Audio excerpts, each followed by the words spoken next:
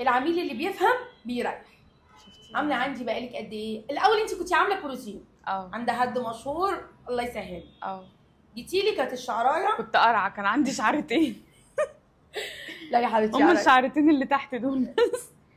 اول ما اشتغلنا في شعرك قلتي لي انا مش عايزه فرد، انا ما بفردش، انا ما تجربه سيئه انت اللي قلتي لي كمان ما بلاش تعملي، يعني ما بنعملش فرد، بنعمل تريتمنت. التريتمنت ده يعني ايه؟ يعني ليه وقت معين هو البني ادم بيخلص، البني ادم نفسه بيخلص. التريتمنت بتاع الهبه العراقي بقى مش هيخلص.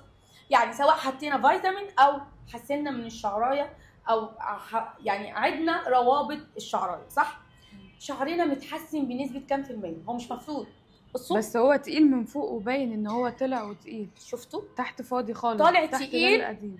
ده تحت القديم بتاع البروتين وده بتاعنا، ده شغلنا. ده اللي طالع يا قلبي طالع متحسن بنسبه كام في المية؟ 80% مثلا. والشعرايه تساقط قالت بنسبه كام في المية؟ 80% او اكتر من 80%. وشعرك حلو بنسبه كام في المية يا حلوه انت؟ 100%. شعرها جميل جدا وترطيبه عالي وبتستخدم المجموعه بتاعته وبتستخدم الدنيا.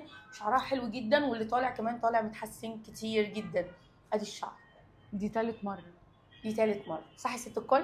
عامله عندي بقى سنه، صح؟ عامله سنه وشويه. صح؟ جايبه بنوتك النهارده. بنوتك قالت ايه؟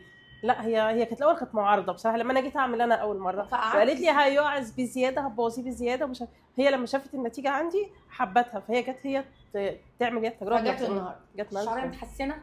احنا عندنا كمان مشاكل صحيه. شفاكي الله وعافاكي حبيبتي، والدنيا حلوه في كل حاجه. والله انت اللي جميله والله يا ست الكل. ده وزي الفل ولا تقطع لا هو فعلا ما تقطعش. الحمد لله.